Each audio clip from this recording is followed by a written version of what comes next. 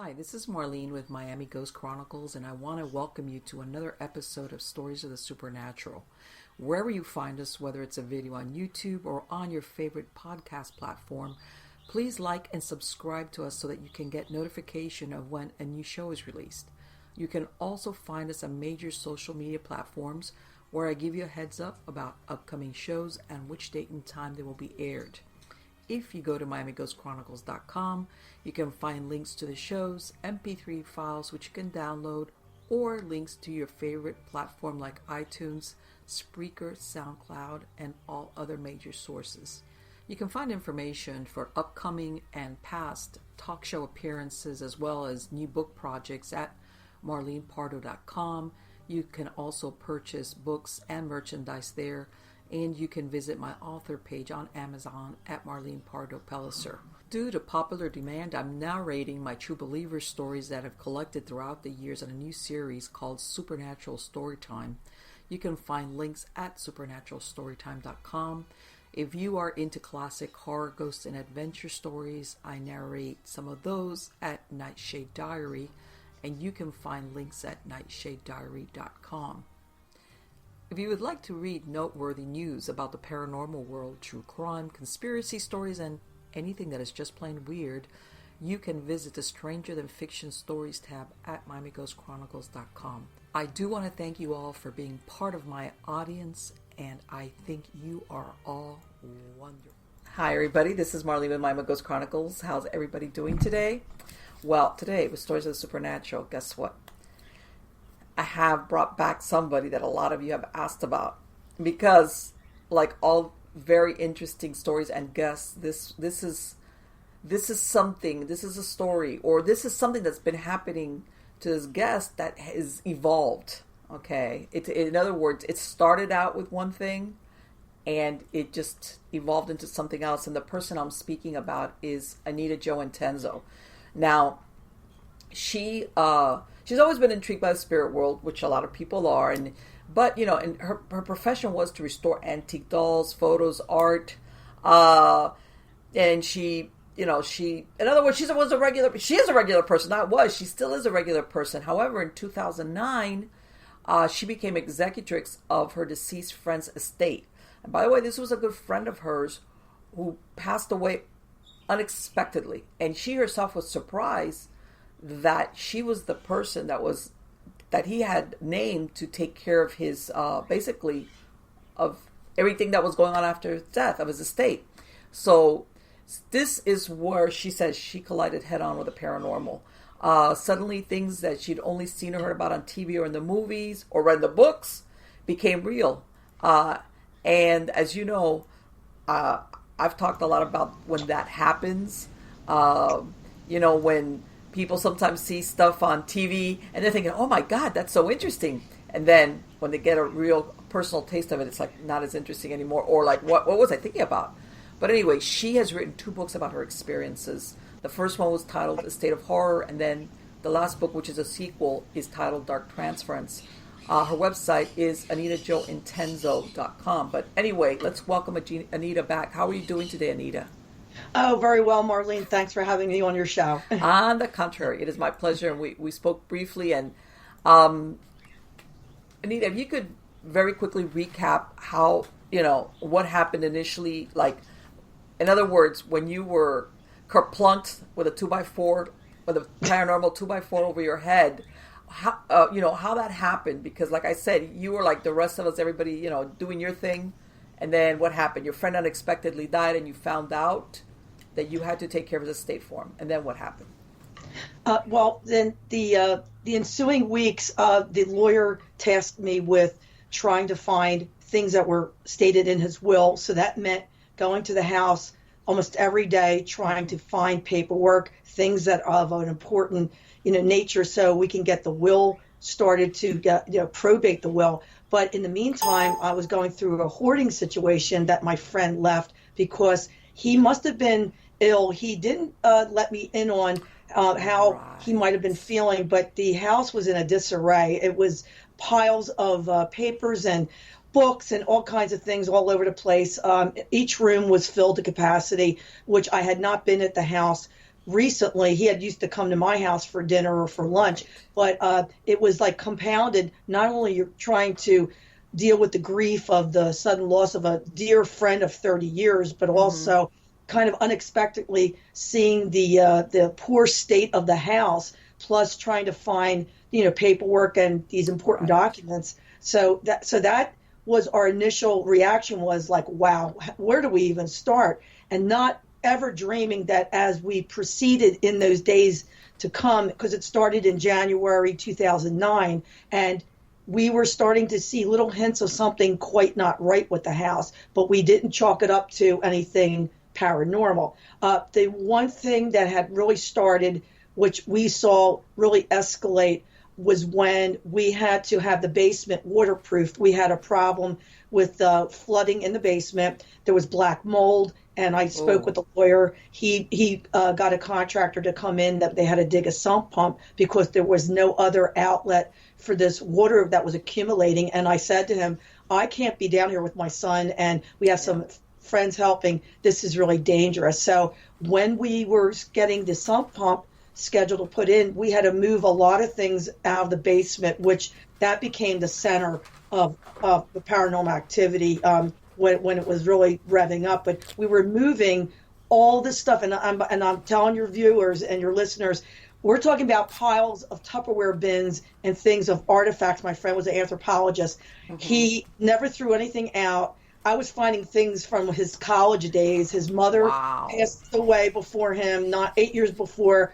Wardrobes filled with clothes to the capacity. There was 15 wardrobes filled with clothes. It was something out of, like, even if you tried to make this up to put this in a movie, you'd have to expand it by 10 times the amount to even make it similar to what we were facing. But as soon as we started moving things from the one side wall, my son, he said to me, he says, I'm hearing things drop. He said, is that me because I'm moving and things are in piles? And I told him, yeah.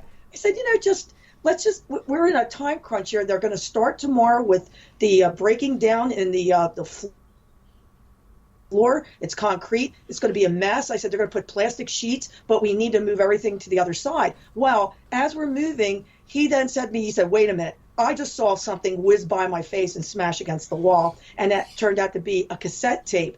Then I walked over to him. I said, oh, what happened? He goes, this thing just went right by my face and was thrown.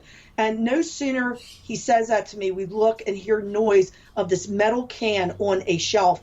And the can actually was dancing. It was like making a little shimmy. And it did it till it went to the end of the shelf, and then it just was thrown off the shelf. And we just looked at each other it's like, all right, is there an earthquake going on and nobody told us about it?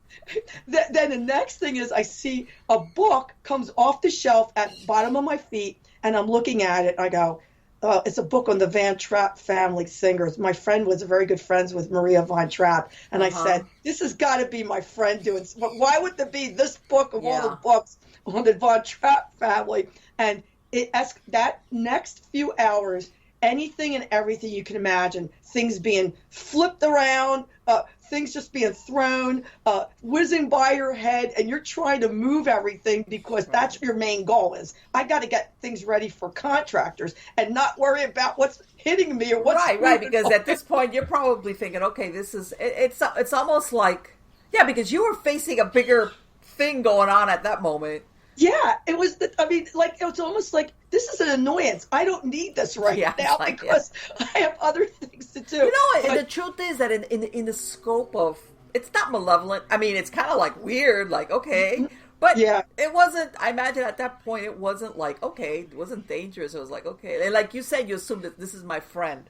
Yeah, it was like we weren't fearful. We were so intrigued. I started writing down things because that was the first, because we were there at least a few months before. We did have one other incident, which was in my friend's bedroom. His room was like a museum filled with statues from any culture you can imagine. And I was packing them up, and my son said to me, he would be really sad to see all these things packed up because they were his beloved treasures that, when he woke up in the morning, he saw all his things on shelves and all these really fantastic, Egyptian, Greek, Roman statues, things he had traveled. But I packed them away, and as we were getting this little figurine was coming out of one of the drawers, because I was actually getting the furniture ready for his brother to pick up, since it was the family furniture. So I was cleaning out the cabinets and the drawers, and there was this really lovely figurine. And then we figured out there was a second part to it, that it was a 2-part music box of Gone with the Wind. And it was a Scarlett O'Hara coming down steps. And then there was a bass that you put it together, and it was going to be a music box. But the thing was, we took the thing out, put it on top of the bureau, and it started playing the music from Sound of Music. But this thing was not turned on. It was just starting to play the music. Right. And we saw a gold flash go by us in the room, and my son says, "I'm out of here." I said, "Okay, let's just get out of here for now. Yeah. Let's just." And no sooner we went into another room and we were gathering up some trash, we heard this huge crash in my friend's room, and my son said to me he says, "Oh no, don't tell me like a whole bookshelf came down." Right. Well, we go back into the room, and in the center of the room, there were Tupperware bins that had been towards the back wall, which these were thrown as if someone got in back of the wall and threw them forward, and the Tupperware bins were spilling out all their contents. These Native American items and things were all in the center of the room. And I just looked around and I said, "Paul, if that's you, I'm sorry." I said, "I don't know if you know, but you're dead." I said, and I love it. It was like, if somebody give me a padded cell over here. Yeah. And I said to him, "I'm sorry, but we've got to clear out the place, because you've got it in the will that you're selling the house and it's going to charity." And after that, things quieted down, but we just quickly put the things back in the bins, and we left for that day, because it shook us up so much, because he waited for us to leave, and we didn't get hurt, but all the things that were cleared out in the middle of the room have been all thrown again, with all these, as I said, these Tupperware bins were thrown with such force that the lids popped off and the stuff came tumbling out. Let me tell you something, though. On a metaphysical level, though, that takes a lot of energy. Yes, yes. Yeah, yes. And I mean, we had where there was solid Formica types of chairs that you see from the 1950s and 60s. They had a kitchen set. One of these really heavy chairs was turned over when my son walked by, and just to flip it over like it was like made of cardboard. I mean, there was like no problem for things to be. We saw a shovel lifted up and thrown into a bucket. It's like they threw a ladder. They had a ladder. It was a short ladder, but the ladder got thrown across the room in the basement. It's like, the energy to that was just such of of a nature where someone's really upset, that we're here, we're moving things. So then to get back to after we had the sump pump put in, we were then really starting to make headway clearing out things in the basement, but that's when things really escalated. And then we started seeing things going upstairs, where the basement had been confined to a lot of activity. But then things like I'd be in the bedroom and had the sweeper, and I'd leave and the sweeper would be thrown over, or my friend, there was a portrait of my friend and was against the wall, and then it was just like plopped and thrown on top of the bed. And I mean, we saw this, and then we had friends who were skeptical. They come just to help us sheer body weight, just to get the bags and bags. We had 700 bags that went to Goodwill and to oh my God! Charity. When you said he had a lot of stuff, you weren't kidding, were you? 700, and that was the stuff that we gave that was not in such great condition. Right. I also had bags that was clothing of like slips and nightgowns and things, and my son got angry at me. He says, "Why are you lugging all that stuff home?" Because just in her closet one day, the mother's closet, stuff was so packed in there, it was suspended without hangers. That's how deep. So this was because this, and that's right. This is the things from his mom that belonged to his mother, who had already passed away, right? So I had all the mother stuff, and I was going home and washing all these things because I said, I'm giving away to like the church groups, because people, this is brand new clothing, but it smells of the musty basement. Sure. So I said, I'm not putting this in a landfill. So 700 bags of other clothing went to all different. There's a homeless shelter. We sent stuff. Yeah. So I wanted to make sure that this was not in vain, that all this stuff that had never even been worn, that somebody would make use out of it. But that's so in other words, his mom sounds like she had been hoarding stuff, and then he took over her stuff and he added it to his pile. Oh yeah. So no wonder. I can imagine it. You must have done a double take the first time you went there. I mean, besides the fact that he had passed away, obviously, and it was a friend, but like you said, he had always managed to come to you. Yeah. So you walked in there and you must have been like, huh? Yeah, I'd open up the bedrooms, and they're filled with stuff, piles on the bed, piles everywhere. And my son said, how long do we have to get through this stuff? And I said, I'll tell you one thing. We're going to get this done as soon as possible, because I am not spending Halloween over here if this is what's going on. Yeah. We did get the place sold before the end of October. That was like our. And I mean, he sounds like a really nice guy, because from what you're saying, he was donating the proceeds of the house to charity, right? Yes, yeah. It went to a wildlife preserve out west, because he had worked as an assistant professor out in Utah, and he got to know a wildlife preserve out there that they deal with, wild horses, animals that have been injured. Yeah, the Mustangs and stuff like that out there, Yeah, so money from the house sale went to that. And also he left other money to other charities. As I said, he was an anthropologist, and he was very, I would say, very, how would you call it, giving for any religion. Everybody got something. Yeah. So, I mean, so he stipulated that. But in the meantime, you're trying to contact all these organizations and making sure that it's going to the right people. And thankfully the lawyer, we had things that had to go overseas, and he incorporated somebody who could speak fluent German, and we had things that had to go to Germany. I had to pack up stuff. Tell you something. This was quite extensive. This was not like, I'm going to go in there and clean up your house and put it on the market. This was 10 months. 10 months of 40-hour weeks that would talk about thousands of hours to be in there. And and I tell people, when we see things on the net paranormal networks, I said, I have to look at these things where people say, well, we're investigating a weekend, or we're spending a couple of different days a month. And I said, yeah, but have you ever been in a haunted house for like 10 months straight? That's not your house. Exactly. That even when stuff happens and you go through the, trying to that was like the breeze, or maybe I pushed something.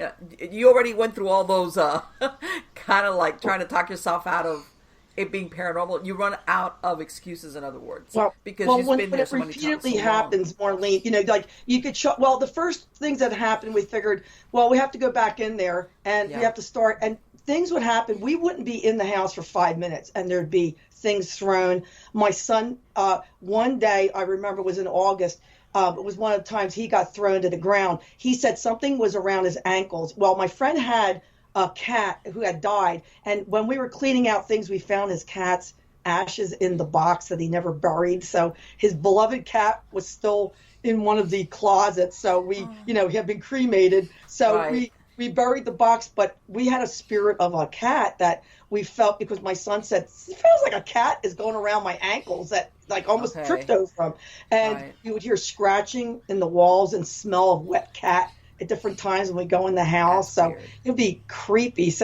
But my son, he was investigating. We had a very active day. I was in the kitchen. Things were getting thrown in the kitchen. He investigated out into the living room, and he had heard a noise. It was actually, we look back, it probably was to distract him. He was heading down a hallway. It was all one level house. It was a rancher, and it had a long basement. It followed the whole length of the house, but he was going down the hallway, and next thing I know, he was tripped and he was thrown to the ground, Christopher. And that's they highlighted that in the episode on the haunting TV show, Portal of Doom, shows him falling to the ground, and I'll tell you, it knocked the wind out of him for about 5 minutes.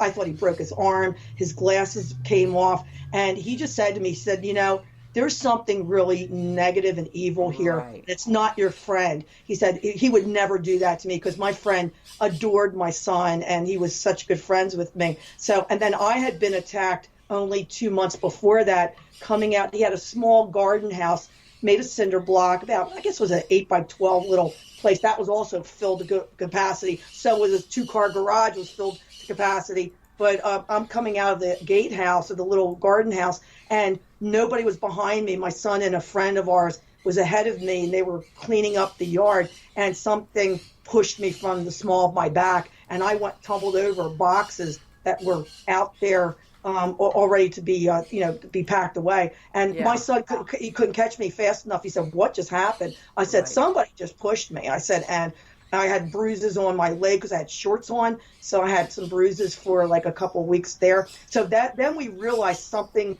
was really, this was not your friend. Not my friend, because other things were kind of funny, the way things would happen, and we'd laugh over it. But then it got more sinister. You could see it turning as more things were leaving the house.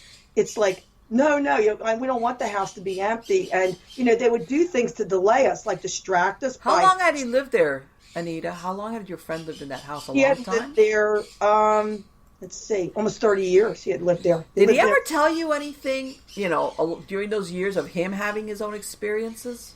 He never said anything to you? No, he only told me one time when he was very close to his mom. She died in 2001. He said he called me, and he really took it hard, because he did take care of her last months that she suffered greatly. And then she went into the hospital and passed away. But he said he felt his mother's presence around him. He was playing some of her favorite music. And he said, I think, he says, I actually almost said it. And he says, "Mom, is that you?" And I said to him, I said, "Paul, you were such a good son." I said, "If she is there, it's because she's thanking you. And I'm sure she's doing it with love." So it wasn't anything he felt. Right. No. That I'm not. No, that makes sense, that about his mom. I was thinking along the lines that, during that time, since you were his friend, that he might have said, "Hey, you know what? I started hearing kind of like what you experienced. But, like everything, sometimes people they're like, they put up with it because maybe they travel or they don't spend that much time there and years go by. Well, he did travel a lot. He was involved in some organizations in Philadelphia that he basically went back to his house to maybe sleep at night. He also worked different consulting jobs. He did a lot of writing. He was a teacher. As an anthropologist, he had gone on some expeditions, especially to South America, and Peru, and the Yucatan Peninsula, because he was a Mayan Indian expert. So a lot of the things I have Mayan Indian stuff in boxes. I have Native American, which was one of his key areas of study that he loved that. And believe it or not, I was going with that because I remember the first time we talked, and I was thinking, I wonder if any of these artifacts that he brought back, thinking, man, this is a beautiful piece, had something, like something hitchhiked on it, well, you're on the right track, Marlene, because we do have, we had one of the investigators that I wrote about in the first book, and they have still kept in touch with us all this time. I only have this one investigative group. They're the same ones that have been in touch with us, and also they know Bill Bean. But they've done some meter readings, the high magnetic fields, and there are Indian artifacts. I have a Peruvian doll. They call it a Peruvian mummy doll, and the doll is a cloth doll, but she's made of cloth that came from mummy wrappings from 500 years ago. So I've got this really old Indian but that's, doll. I mean, if you could think, if to me, it's like, I'm going to make a haunted artifact. What should I use? Mummy wrappings. I mean, that's like hands down. I know, it's like, because we got high energy readings near this doll. We also have some other pieces of pottery, but one of the main things is we're still in a quandary. We have things that we're dealing with that are connected with World War II, with Nazi Germany, which, when you said at the beginning, it's a path that we started, but our path is diverted into, it's like the branches of a tree, that it's not a linear fashion. We have things that have been offshoots of this original paranormal journey that we entered into, and now we have things that I've done research on, things that I didn't know I would have to be understanding Peruvian artifacts or things with attachments, or understanding Hitler and Germany, Nazi philosophy, because that's a lot in my second book, which I delve into, because there's a lot of things that seem to be connected. Right. They don't at first look like that they belong to each other, but then the more that we are delving into my story, and if people read both books, they'll see how things are coming in a circle. Like we're in the center of it, and all these other things are almost like satellites around us, and we're always trying to make the connection of what has that got to do with like this particular thing that just happened, or why are we getting like threats from like I was on another Skype interview 2 years ago, and we were getting voices while I was doing the interview, and the person's producer let it be known that they were picking up EVPs while I was talking, and people in the chat room also said, do you hear that? They sound like they have accents, and they were speaking German. We actually got a transcript of what people were hearing, and they were saying, well, the thing is threatening Anita as she's talking because they don't want this to be revealed. They're making fun of her because she's talking about the Peruvian doll. And then we also have, my son did automatic writing, and that's the only term that we can think of. He was typing up a chapter for me in my second book, and I said to him, you're on your laptop. Let me just put out some of the key points I want to get in this next chapter. So just type out, because I'm reading from my notes, because I kept notes all along from the first house. And then as I'm writing my first book, we're getting all kinds of haunted stuff going in my house then the second time around. So then I'm writing about, I'm jotting down things while I'm finishing up the first book, and keeping a notepad about all the stuff that's going on while I'm writing the first book that went into the second book. And at some point, my son was typing up this chapter, and he said, what I'll do is I'll send over the Word document. Then you could start, editing, Mom, and add. So I said, just get me an outline, and, while you're here, because it's fresh in my mind, and you remembered some of the things. Well, I did not know what I was looking at. I started reading what he'd sent me, and in between the regular notes were things interjected of like, something happened on the in the living room, and they had dead room instead was substituted. Or you're sitting on the love seat, and it said hate seat. Then they started putting in between German words, and also my friend's name and my friend's father's name popped up in between the paragraphs. And my son was typing fast when I'm giving him the notes. Like there was no chance for him to start thinking, how can I put this in? And then at the end, there was this gobbledygook, almost like an anagram. And actually we took out, I have German dictionary, and I'm looking through, and it said, how fun, die. And then, in other words, it said, be afraid in German, be afraid was repeated and repeated, all on this chapter that was just supposed to be some highlights for me to start working on this particular chapter for the second book. And that is in the second book. We put that in to tell people, this is how this happened. We still have the original raw file on my son's computer. I have a copy of it, but like we started reading, it was almost like some of it was hilarious because we're understanding the sequence of events because we're talking about being at the house, but then these other things being interjected was like, this is really scary. Like who said this? Who did this off the top of your hands and had you type this up? And to this day, my son said, I have no idea. I typed this up, and I don't even know where that came from. And that's the kind of strange things that get interjected in our everyday life that, something will just be a reference. And I said, there we go with the Nazi thing again that's coming up. Or, there's something strange that just seems to be like dealing with that, deals with, UFO stuff too. We have some of that. Yeah, there's a lot.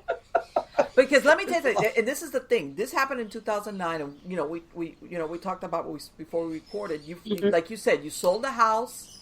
And in the span of 10 years, it's gone through like 4 different sales or rentals, right? Yes. We guesstimated it's an average about every 2.5 years, which is, there's something there weird because, when you start, So, but then you're telling what the second book is that once you thought you were done, in other words, that you had sold, gotten rid of everything, done what he wanted, and the house was sold. then things started happening in your house, right? Yeah, almost 2 months after we closed the house. That was the end of October. And then we had something started on Christmas Eve 2009. Okay. We were having breakfast and we heard something smack against the front door in our hallway. And it's strange because my son looked at me. He said, "You know what? I don't want to believe but we knew the sound when something's being hit. We knew what that sounded like." Right. And we went to the door and there was a mat knife that had belonged in my kitchen was at the front door. And I go, okay, somebody just took the mat knife and threw it against the door. Then Right. we walk away and we're trying to have breakfast and then something else hits the door and it turns out to be a tortoiseshell comb that I don't own and I don't think his mother ever owned, but I have no idea where this came from. And it was a woman's tortoiseshell comb smacked up against the front door. And my son said, really? It's really going to happen here now? I said, nah, don't even say that. Like, don't even breathe and say that out loud. But Right. then we were going about our business. We were trying to get some things together because it was Christmas Eve. We were going to have the fish dinner at my mom and dad's house. A friend of ours was being invited. So we were more concerned about getting the gifts ready to go over. Yeah, exactly. Exactly. And so then we hear this real heavy clang, like metal, but like how when something metallic hits a hard surface. And it's upstairs in the upstairs bathroom. So we go running up and we see this oh, that's right. The first coin. Oh, it was a gold. Oh, because my son said, oh, he's funny. He saw the tortoiseshell. He goes, you know what? All they do is throw junk. Why don't they throw something good like gold doubloons or right, yeah, like hey man, the poltergeist. Like, why did you guys send us some real money or like why don't you just throw junk around? So we hear this loud clang. And we go up to the bath and we see this thing gold on the floor. And my son said, don't tell me. He says, I don't even want to believe this. And I said, well, I don't know what it is, but it's gold. And we picked it up and it's an old car wash token, a metal medallion. It was like gold painted. But the thing is, the medallion came from my friend's former residence area where he used to live before he lived in this township over from me. It was his previous home. They had lived until 1979 when they moved to the house that we investigated and cleared out. But it didn't even have an area code on it. That's how old. Right, so right. Yeah, because this. Well, how old is this thing? I go. Yeah. And my son said, yeah, it's a piece of junk. He said, look at this. He said that can't even be like a good coin that you. He's like taunting them. Or maybe, I was gonna say, or maybe it was making fun of him. Like here. So then we get out of the bathroom and we go back downstairs and we hear another clang against the ceramic wall. And he says, what is this? He said, is this going to continue all afternoon?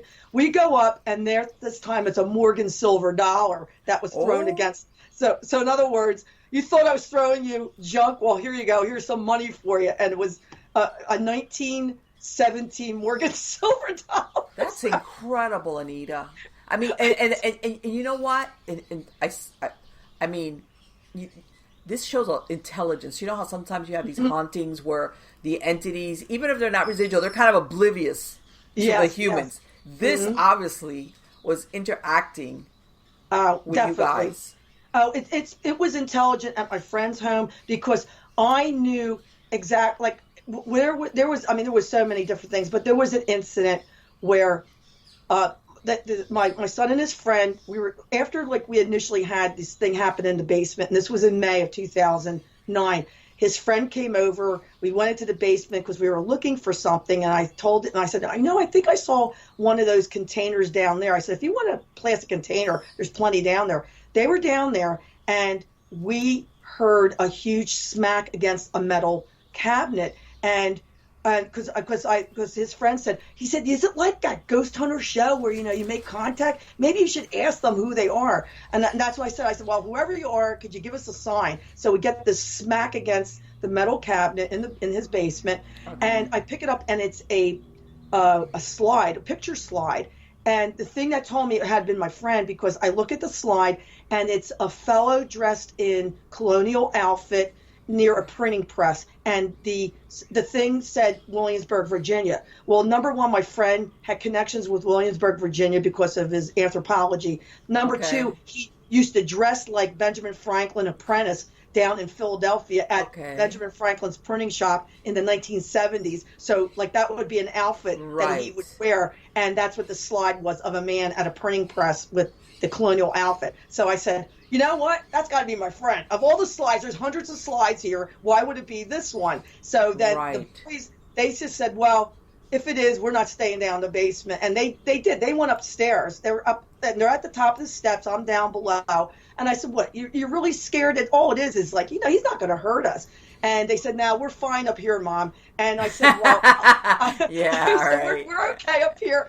And I said, well, let me ask again. I said, Paul, if it's you, just give me a sign. And within 10 seconds, something smacks right down near my foot on the concrete floor. And it's a medallion that you would get in the mail if you're doing a donation, like, say, a Catholic Right, organization, yeah, I've where seen you those. put the medallion on your, what do you call it? Your, not your glove compartment, but your visor. That it's Right, got like yeah, I know that. They're like, down- like a little clip thing. Yeah, I've seen those. yeah, it's got like the thing in the back that you slide it on your Yeah. visor. But when I picked it up, it was hot to the touch. I said, oh my gosh. I said, this thing.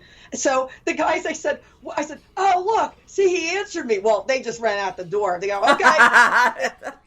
But, you know, I didn't feel at all any fear. And Right. people have said to me, I would have been out of there and never go back. I said, but I never felt really threatened. I thought this was an unbelievable thing that was happening to me Right. and the people around me. But at the same time, we were so cautious because we didn't want people coming in, making this into an entertainment venue. We had to be very, very cautious, like we told the lawyer. We eventually went over to the lawyer's office and met with his assistant and told her the weird stuff that was going on. And they did not scoff at it. They go, you know what? You know, you guys aren't the type to make up this stuff. There must be something really going on. Yeah. And I said, well, that's why, you know, we're doing this. We only ask a couple trusted people to help us take out all the trash.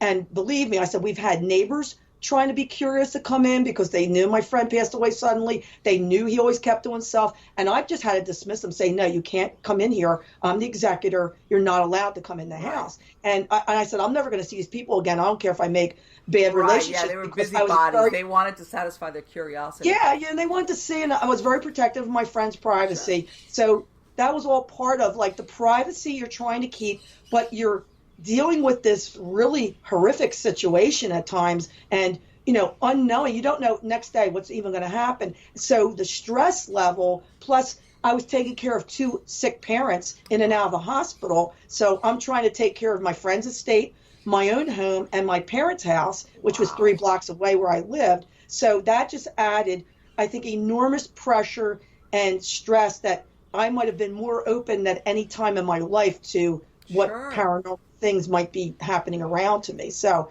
you know, I must have been, you know, this magnet, but also my son tended to be a magnet, that he was having things happen to him, like feeling cobwebs. He'd go down the basement, and the basement was so toxic, by the way. I mean, because we wore gloves, masks, and things. Not a living thing was down in that basement, not a mouse, not even an ant, but he would feel cobwebs all on him, and there was no cobwebs. So I told him, that must be like ectoplasm. Something is enveloping you. And he would say, those darn cobwebs, they're all over me. And I said, Chris, there's nothing there. There's no cobwebs. So, and then he would be approaching the house. We'd go in my dad's station wagon because it had good storage. But as we approached the house, my son would start getting sick to his stomach, and it would be within a block. And then we'd be there at times. He would be working, and then he just all of a sudden would rush out of the house and go into near the lawn, and he had to start vomiting. He was just so sick to his stomach. He was just getting like attacks in his stomach that was so sensitive. And so we tried to limit, like we would be there maybe 5-6 hours a day, sometimes less, because if things happened, we just say, we can't take this anymore. Or there would just be things where you're just so bone tired by the constant distraction where I'd be packing up something and I'd say to Chris, let's put it in the box. The next thing I know, the thing's out again. And I get mad at him. I say, like, I told you to put that in the box. He said, I packed that up. That thing just came out again. He said, I didn't do that. He said, it's got to be exhausting to be doing this work, but at the same time be like vigilant. Yes. Like, in other words, trying to grow eyes in the back of your head. Yeah, hyper vigilant. Oh, yes, absolutely. And you know, and that takes stress. Also, the air conditioning wasn't working well in the house. It was a hot summer. We would be like hot, dirty. Then I come home and I get a frantic call from my dad that my mother fell in the backyard, split her head open. And so I would have to, Chris, stay with your grandfather because he had Parkinson's. Make sure he gets his medication. I have to go quick, get cleaned up, and spend the next 4 or 5 hours in the emergency room with my mother to see what happened with her. And that happened luckily the beginning when we were doing the estate, she was not in bad shape, but she had a heart attack in 2008, and she was 31 times in and out of the hospital the last 6 years of her life. And that was a lot on me, mostly on me, and my son. And then my dad passed away in 2011, and then she passed away in 2013. And in the meantime, I'm writing my books. And actually, the book writing kept me sane. Like, it sounds weird, but having the focus and getting that book done, because my family said to me, when we told them what happened, but we had just settled the estate, they said, if you don't write a book, Anita, you're going to regret this, because what you're telling us, I mean, and this is just off the top of your head. I said, oh yeah, I've got a whole diary full of stuff that, that happened. I said, we have recordings, we have pictures. I said, this stuff happened. I said, we have people that are witnesses that once they came in, they would not be skeptical anymore. Chris's one good friend was the person who saw the apparition. We had just come into the house. We would go through the small little side porch, and the door would lead us right into the galley kitchen, and then there was a door that went straight down into the basement. So one day we're coming in, and we have cleaning supplies, and his friend Danny was standing at the front. He's standing right at the top of the steps, and I'm just going into the other room, putting things down, and I said, Danny, I said, are you okay? And he didn't answer me. He turned white as a sheet, and he was almost like in a stupor. So finally, Chris, he said, dude, he grabbed his arm, are you okay? And he started, he couldn't get the words out. He goes, I just saw a guy walking around down below the steps. And I said, well, can you tell me what he looked like? Dark hair, tall, white shirt, khaki pants. And I said, oh my gosh, that's my friend. That's almost like his uniform he used to wear, when he was, in the Philadelphia, in the bicentennial thing. And he never even saw a picture of my friend. It was just like, that sounded like my friend. And he to this day said, he's the only one. We saw shadow people and we saw other manifestations, but he's the only one who saw a full apparition at the bottom of the steps. And you know what? It's really difficult to fake what you just described. When somebody's really totally wigged out, like you said, that you can tell by look that people can sometimes pretend, but there's something about a person that's really scared that you could tell it's genuine. And to this day, Danny could recall it precisely because it's funny because when I got my literary agent in 2011, she's been a fantastic person. We've become really good friends, and she's also helped me publish the second book. But she was a former district attorney, and at the time when she got my query and got the manuscript and was reading this and wanted to put me under contract, she said, you have no idea that when we would talk, I was actually testing you and asking you questions. And she says, I'm going to tell you right now, you are the real deal. I have never been able to trip you up. When I ask you something, you say the exact same framework as that you're recalling it perfectly. And she said, I know that this is true because that's why she wanted to really work with me to move this whole story forward. And and also with Bill Bean, the first time we met Bill Bean, he was a complete stranger to us. He was coming up as a favor because we had been getting these demonic looking, people say, oh, don't call it demonic. I said, well, I didn't call it at first. I just said fingerprints and handprints that didn't look human. They looked skeletal that were on my mirrors and on my coffee table, my glass coffee table. And when I put the pictures out on Facebook, a dear lady who is a fan of my book said to me, I know someone that doesn't live far from you on the East Coast that you need to get in touch with him. She said, that looks demonic. And I said, well, I don't even know that, I want to use that word. But Bill came up, he called me. She sent him an email. He called me the next day and said, I'm coming up. And the minute we met with him, it was like he was family. And he calls us family. He said, you're not just friends, Anita and Chris. He said, you're my family. Because he could understand exactly what we were going through. And we sat and talked. He did a blessing. He was here all day. And he said, you guys know what you're talking about. it's true. He says, I'm behind you 100%. He said, and to have that verification and validation, Marlene, is worth all the weight in gold. Absolutely. Because, I wasn't even getting that much like validity or positive reinforcement from me, my brother and his family. My parents believed me, but they really didn't know what to make of it. They were ill. But they said, we know you could never make up these stories. I said, well, I'd have to be a pretty good fiction writer, to come up with these strange. I said, these are the weirdest, strange things. I said, you'll go into in the door, and you'll see on the floor red straws that are thrown like pickup sticks, and they're a trail leading into the living room. Like, okay, who just did this? Who took out straws and just It's like if somebody was, in other words, if somebody was going to try to do something like fake it, scary, that would be like the last thing they would do. Like, or when we had the people coming to see the house, I felt like I was in the middle of a TV show, because it was something that you would see on a hilarious episode of I Love Lucy, or when there was a haunting episode. I was expecting a laugh track behind me, because the gentleman came through the house. They went into the basement, saw how big, went upstairs. I'm following them, and we're in single file because it wasn't a really large kitchen. So they're ahead of me going into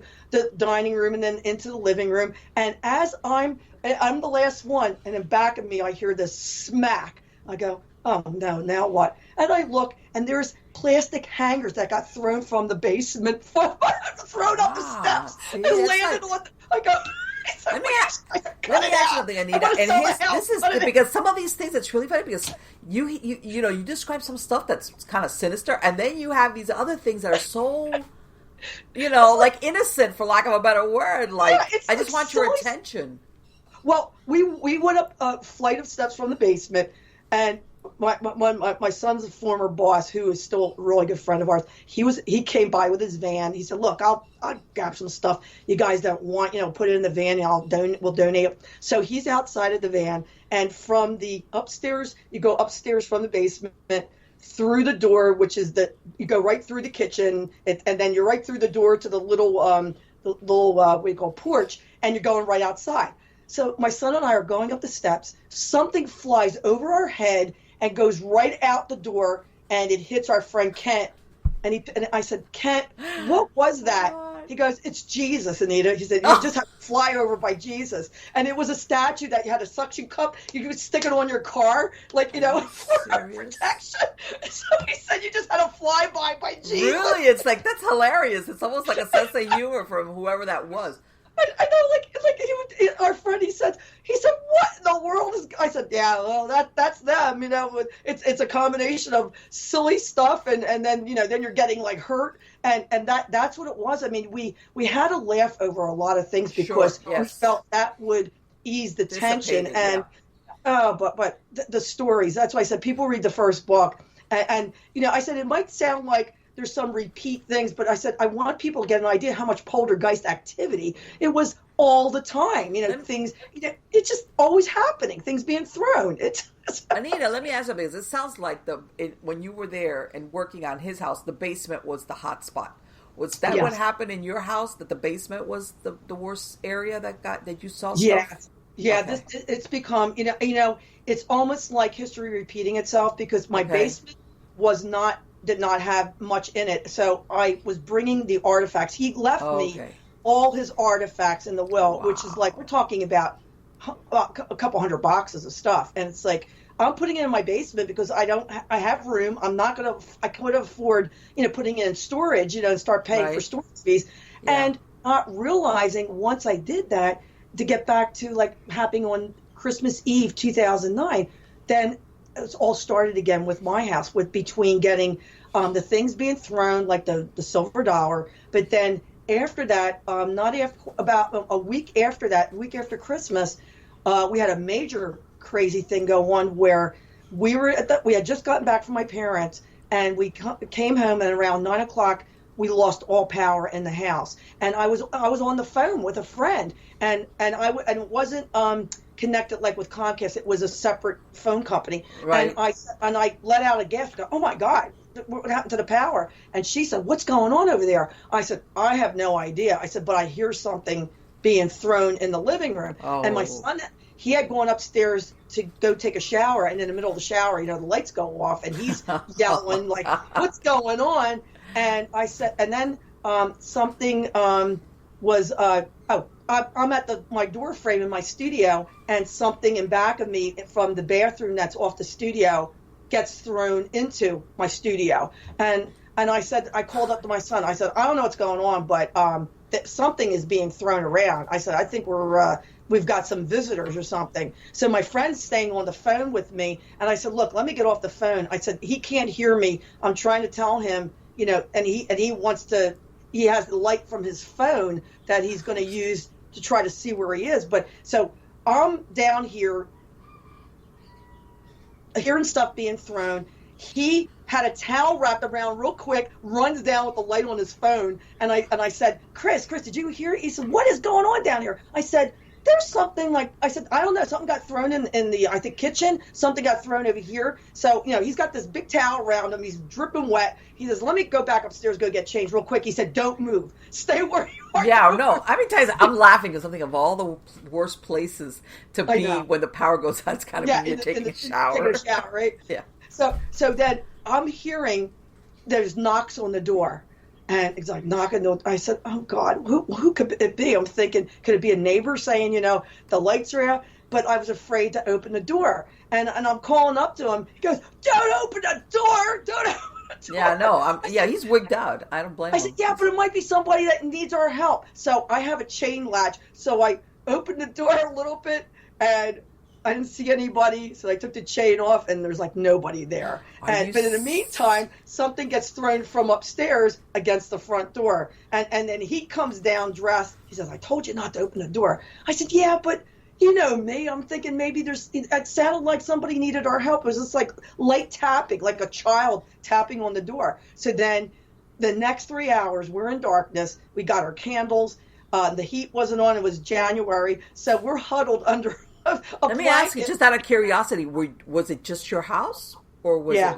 Yes. Your house was the only one that lost power. Yeah, because I called neighbors and they said their lights were on. We looked across the street; everybody's lights were on. Wow. And that was just. It went from 9 to 12, and exactly 12 o'clock, the lights came back on. But in that meantime, we roamed around the house. And we came to the bottom of the steps that goes upstairs. And my son had the flashlight. And he looks up the steps. And I never saw him. He actually jumped back a foot. Because what he saw at the top of the stairs was this stuffed animal, Winnie the Pooh, with his little face on his paws, looking down at the steps. He had bought this for a cousin for their kid. My God. And this thing was moved. That Winnie the Pooh would end up in the yard somewhere. It's like Winnie the Pooh's supposed to be the cutest thing, but when you see this thing at the top of your steps, looking down in the dark, you're going to be screaming. That's right. That would be the end of the cuteness of Winnie the Pooh. I'm telling you right now. It's like, go be cute out in the yard, but you're not staying inside the house with me. I'll tell you that much right now. It just was the strangest thing. But there's been, as I said, we've had things, as I said, there's a woman we feel that's a protector. She's here from the 1800s. She's been seen at our front door by a friend of ours. What does she look like? What is she? High neck, blouse with the Gibson girl hairstyle. And my son's seen her in one of his dreams that she is from the 1880s or 90s. She was a caregiver that lived on this property. See, our house, we're built in property that dates all the way back to the 1700s with Welsh Quaker farmers that came outside of Philadelphia to settle this area. And this actual property, there was an 1800s farmhouse that we are in the foundation of the farmhouse. In the basement is a fireplace. It has all the old bricks from the original fireplace. It's still in our basement. So we're actually in the foundation of and the 1800s farmhouse wasn't even here in 1922 because a neighbor showed me an old map and he said this was all ruins. And then in 1947, the man who built this house, he bought the land and he just put the house right into the foundation of, he didn't have to dig a foundation because it was already there, and built this Cape Cod house that we're in now. So it has a long history. And Bill being when he was here, he said a lot of living, a lot of dying, Anita. He says their connection with the Underground Railroad. And I go, yeah. I said the Underground Railroad tunnels all in the back of our property that go all the way up to the main road. That's only about 7 houses from our house. There's the main highway. And one of the houses on the highway right up our street was an Underground Railroad station. It was an old inn, and they've turned it into apartments. But there's a lot of history in this area. I just sent you and I just sent it to you on Skype, Anita. Mm-hmm. It's and this is the background that I chose. That, as a matter of fact, the audience that's actually seen the video, not the podcast, obviously, this is the background of the screen, and I've got your picture and everything. And I want you to look at it because. Oh, how can I see that? And you know, we've never talked about this, about that lady. Oh my gosh. That but how can I see that? Can I see this? It should have come, you know how you sent me your pictures? It should be part of the of our Skype conversation. Okay, let's see. Because I see what I sent you, and then let me see I don't see the background. Hold on. I wonder how I could do that. Okay. All right. Oh, wow. Oh, I see it now. Oh, that's unbelievable. Look Anita, at that was, let me tell you something. I chose that randomly. When I say randomly, gosh. I mean, not based on any conversation we've had about this lady that you just described, that you said she had a high, that Edwardian turn of the century look. Mm-hmm. And I just, that was it. And when you're describing it, I'm looking at the background that and I'm like, wait a minute, she's describing kind of the lady that's in this made up picture that I just put it because I thought it was a real neat, like olden.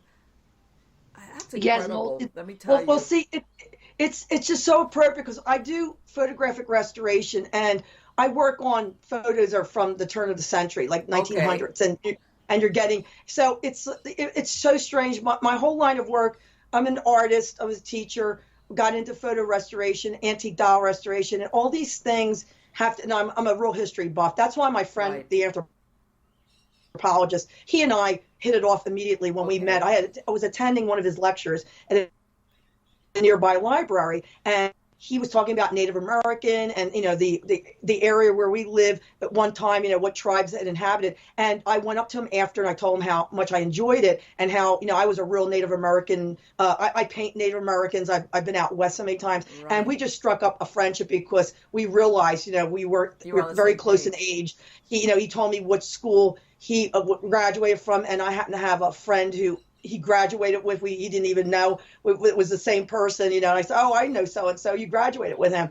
And so his whole thing, he was always steeped in history. I was steeped in history, and that's my world too. Like I love anything like Victorian, Edwardian, the pictures. And, it's like, I don't know if my whole life has been leading up to this fact that when this did happen to me, and Bill Bean has said, you don't seek it out, they seek you out because you have something in you that they're attracted or they know you're going to be receptive. And I've always been an open-minded person. I brought up in a traditional, religious background, but I've since now, I call myself non-denominational. I appreciate all religions and things. Right. And the idea is the history behind so many things and cultures, and then to understand what I was getting into, like my friend, he steeps me in tons of culture by all the things he leaves me, and I'm still trying to figure out, all these different things.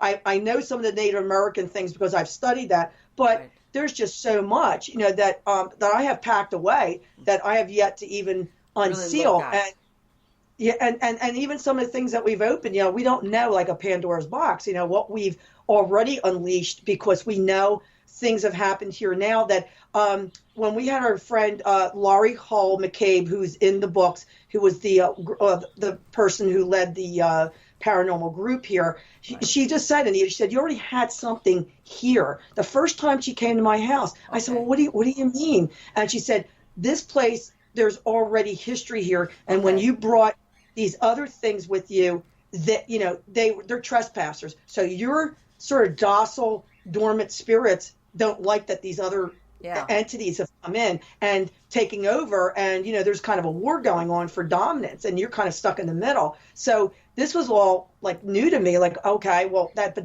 does make sense. And now with having this, we call her Marjorie, who is the very kind woman. She leaves me, I guess you're familiar with the term apport, which Yes. are things she leaves me that come from someplace else. They're actually little crochet pieces that are made of a silk material or different kinds of colored threads.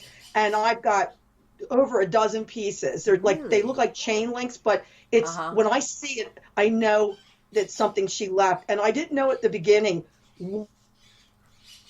what these were, but she made it known by, and again, talking about intelligence.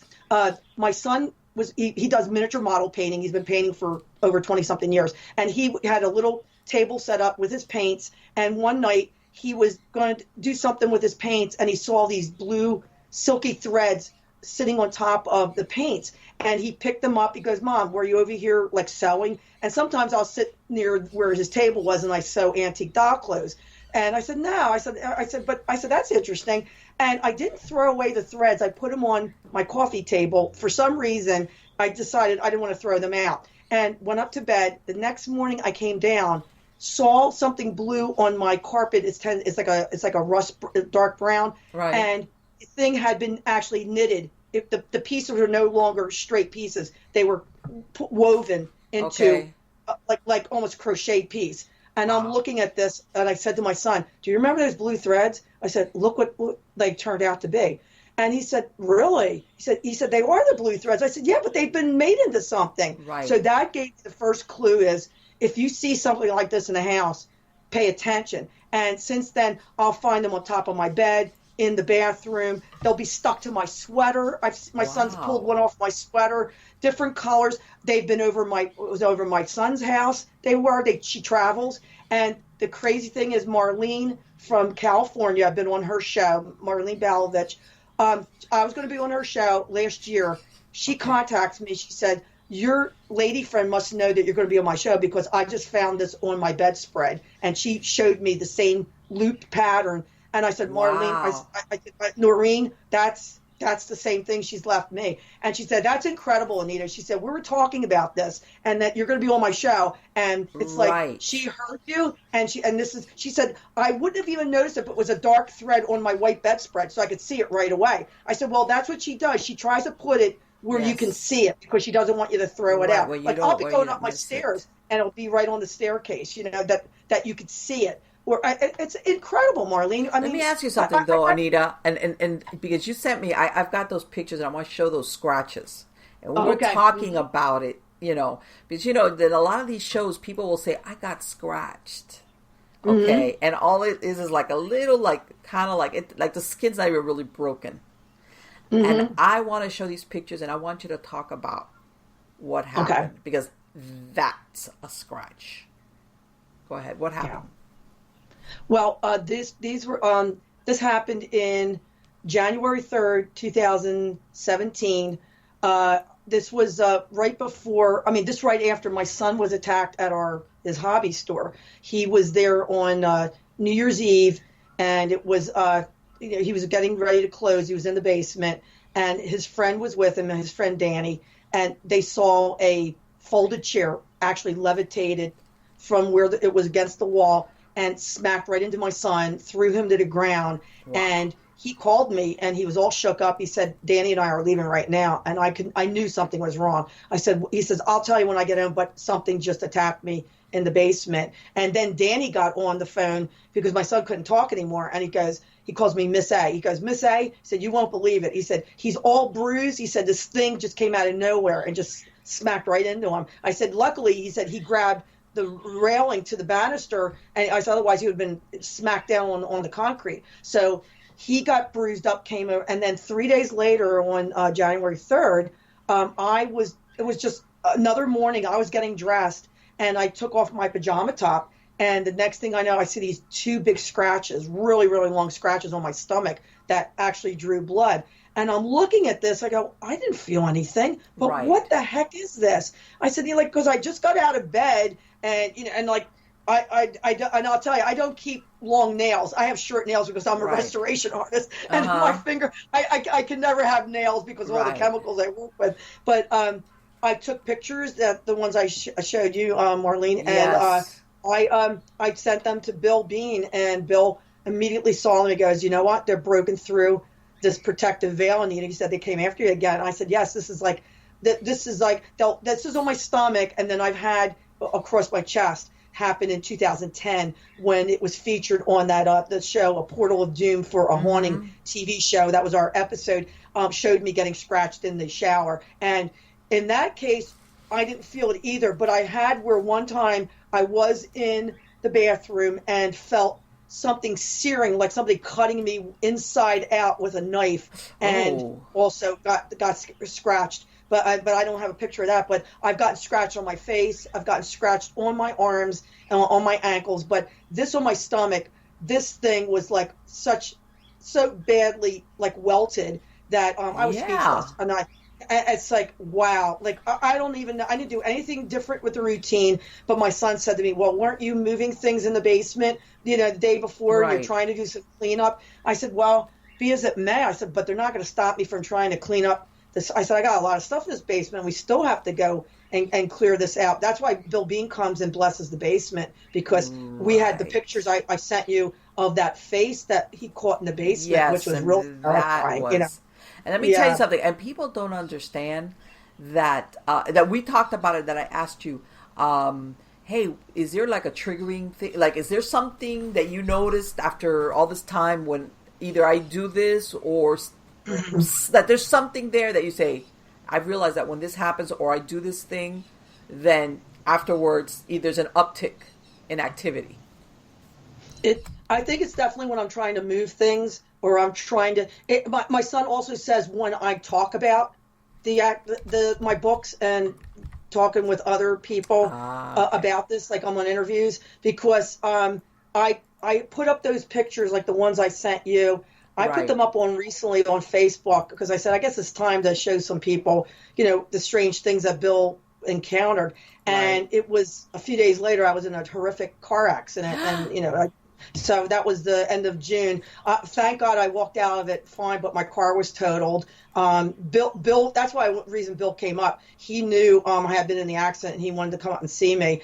My son kept saying, because you showed those pictures, I'm telling you, you shouldn't show those pictures. I said, well, I can't believe that. Otherwise, I would never want to live my life. But it just seems weird, that I did that, and then I'm in this a 10-year-old car, never in an accident, and then I get hit, and this person just hits me and totals my car. But I don't know. I mean, I have had where I've had interference on my landline or the cell phone when I am doing an interview, and there's a voices, or you're just interfering, or there's screams. It's just the strangest kind of stuff that you can imagine, or get disconnected, which happened when we were on Jason Bland's show a couple weeks ago, and I was on one of the shows, and we got disconnected, and he had to start up the whole thing again. He said that doesn't usually happen. I go, no, because you have me on the show. It's like, that's why. No, let me tell you something. I call that paranormal sabotage. Believe it or not. Yes. Mm-hmm. Yes, people don't realize that can happen. All right, that can happen. Yeah.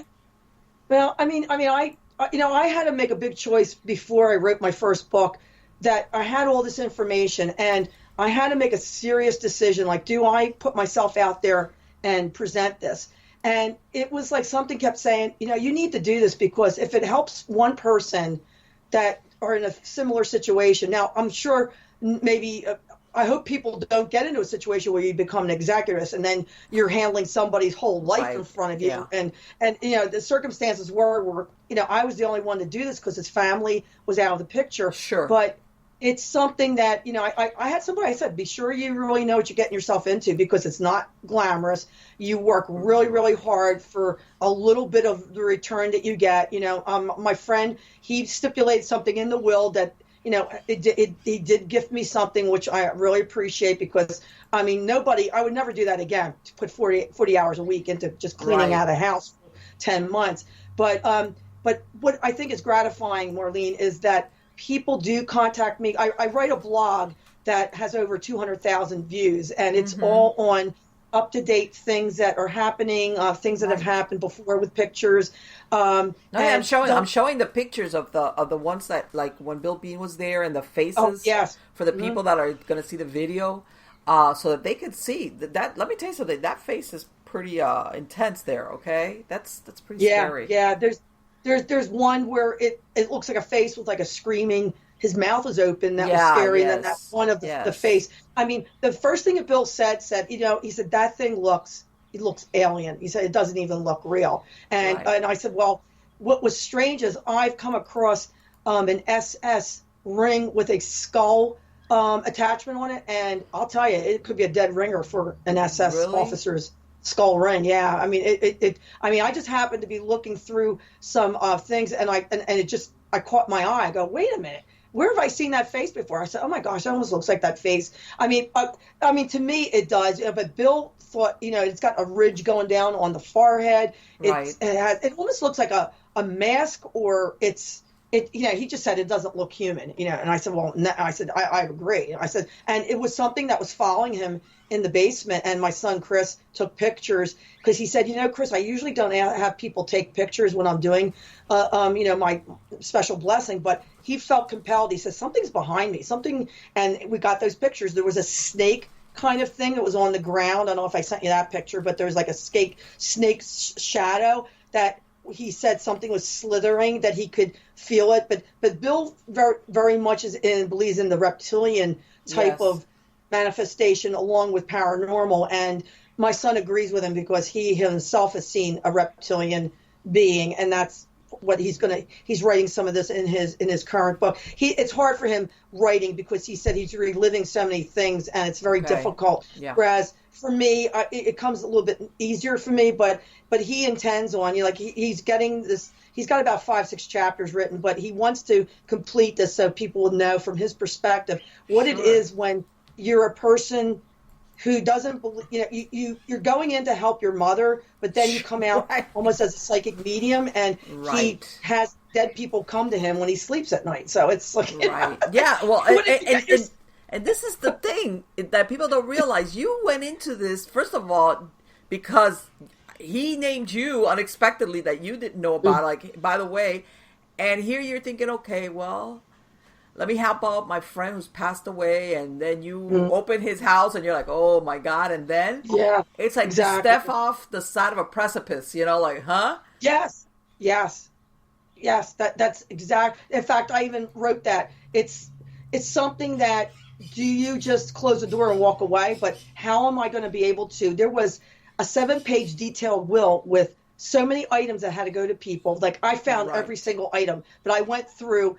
There would be a stack of papers 4 feet high. I went through every Right. single paper, like, so conscientiously, because I found the title for this particular thing. And, oh, here's the painting that has to go to this person. Right, okay. And knowing him for 30 years, I remember when he bought some of the things where Okay. he'd tell me, and I would play back in my mind, like, okay, this is what this is, and that has to go to this person. And I'll tell you, by the end, everybody got everything they were supposed to get. Every charitable organization and Yeah, you relief carried fund out that he those left wishes. money. We did it. So I mean, it's I wanted to honor my friend, and Yes. but I tell you, I wouldn't have. I don't know Well, if I'd ever no, do no. that. It sounds like you had very good intentions, and you were a very good friend. But it was. Let me ask you something. Did he ever, towards the end, did he have? You know how sometimes people have, like, they're almost clairvoyant about their death, especially when they're not supposed to die, when they're younger. In other words, did he ever? Did he ever tell you anything along those lines, like that kind of like hinted that he thought that he was going to pass away? Yeah. And when I look back, he had said something to me, like I think in a way, well, he never seemed to get his dad's approval, and even after his Okay. father died, he still felt like he had approved things. And this was a brilliant man. He was Okay. a genius. And he said to me, he said, I don't know if my life amounts to very much. And he said about, when his mother passed away, he said, if something were to happen to me, he said, I would try to get in touch with you. I go, where's this coming Wow, from? I said, right. so what are you talking about? I said, well, promise me, Anita. He said, like you'll be receptive. I said, don't talk about this. This is morbid. And then I had to make a promise. Yeah, if I go before you, I'll get in touch with you, kind of thing. But he was a deeply spiritual person. He had even studied for the Lutheran ministry at one point, but then the draw of anthropology and more of the freedom to understand other cultures. That's what really drew him in. But yeah, but he's just said, like he didn't want to make much. And I didn't understand until then. I mean, he was cremated and his ashes were spread out on a mountaintop out west. I was supposed to go, but at the time my mother and dad were very sick. And it was January, so the lawyer happened to be going out to Aspen, Colorado. And I said, you know what, would you take his ashes and spread them out when you go to Aspen? Which he did, and he sent me pictures. He said a rainbow happened to open up just when they were scattering his ashes out west. And I just said to him, I said, well, this would honor what he would want me to do. But it's almost like he said... Well, like, no, the reason why I ask is, you know what, that detail that he put into, like that thought that you told me, how he had this going to this person, a lot of people, especially when they die unexpectedly, they haven't gone into, some of them don't even have a will, much less, have all these instructions. So that's why I asked. I wonder if he like kind of knew at some point. Well, he told me he was getting things in order. Well, he got things together with a lawyer. He was going to Germany, and he first sent me the information. He said, I want you to have this information if something happened to me. It was his lawyer contact numbers, just in case something happened to him overseas. And I said, oh, well, everything's going to be fine. He says, but no, I'm going to drop off the envelope, and you keep that for emergencies. He got back, but he died with only, within a year and a half after that. When I got the call from the hospital that he was there. They didn't tell me he was already dead. I found out when I got there. But I thought, oh my gosh, where's that envelope? And I had it right in the drawer in red, said, for emergencies with his name on it. And there was the lawyer that I could contact. And so he made preparation. He told me he had his will made out. Because he was saying that he was just saying, goes, do you like this? I go, yeah, well, I like the Native American stuff. I didn't know that he was making sure that they put that in the will for me. Yeah. He had a reason behind asking if you liked it. I think he did. I think he was, well, he had been ill when he came back from South America, and he wasn't able to go back to Guatemala. That was upsetting for him because he had been really ill for a while, but then he was in the best shape of his life. That's just so ironic. He was in really good shape when he passed away of the heart attack suddenly, and and that's what makes it so crazy. But we don't know if maybe the stuff that he had in his house, it was put to me by one of the psychic investigators. Said, could it possibly be that what he collected could have led to something where maybe it was dangerous and he wasn't supposed to have this, or maybe it was a layered thing, Anita. It was him and the other stuff, and maybe he did have that in some of his artifacts, but maybe because he didn't spend so much time at his house, he never really, and to the point that he would comment. But yeah, maybe he had some object there that has some, and I want to say had some type of dark attachment or curse on it. And of course, he brought it because he thought it was beautiful. Or from an anthropologist's point, it had significance. Never thinking, what came with it, and it's almost like what was going on was a layered kind of thing going on, because you told me even then later on some other things attached to his family. Well, in other words, he was the most benign of that could have been causing any of this activity. Yes. And it was his collecting, and it's almost like he, all these other things were brought out by his death. Like it kind of opened up other things that were kept. I mean, very secret family. Very. There was a lot of secrets, and and I didn't. No, I knew them. The people. I would never pry, because if people want to tell you something, they'll tell you. I never like to pry into people's business. But things came out. I knew some things. I also talked to his neighbor that lived right in back of him, and he'd go there for tea. And then she called me after he passed away, and we spoke. Another friend who had sent a message to him and didn't know he passed it was forwarded to me. So then I wrote back to her and said, I hate to give you the bad news. I wrote his obituary, I wrote his memorial thing, and I sent her copies. And then she called me from Maryland and said, how sorry, but thank you for sending all this. And, I have your number to call. And she's the one who actually volunteered, because I said, well, he's very proud of his family. He had a bearing. His great uncle was a baron in Germany. In fact, the castle was at one time a Russian museum when the Berlin Wall went up, and then when that was taken down, I think it's still a museum. But his mother used to tell me stories that she'd go visit this uncle in the summer and go down into the dungeons. Kids would explore. Yeah, it was like a castle with the dungeon, a real castle. Yeah, and she was an only child. I mean, she came from an aristocratic background, and he used to carry himself very aristocratically. He has a suit that I have put away that looks something right out from Christopher Plummer from Sound of Music. It's the same kind of velvet lapels and the suit that you would wear that you're only allowed to wear if you've gotten, I guess, family connections. Well, people don't realize that you mentioned that Von Trapp family from the Sound of Music, which was a real story.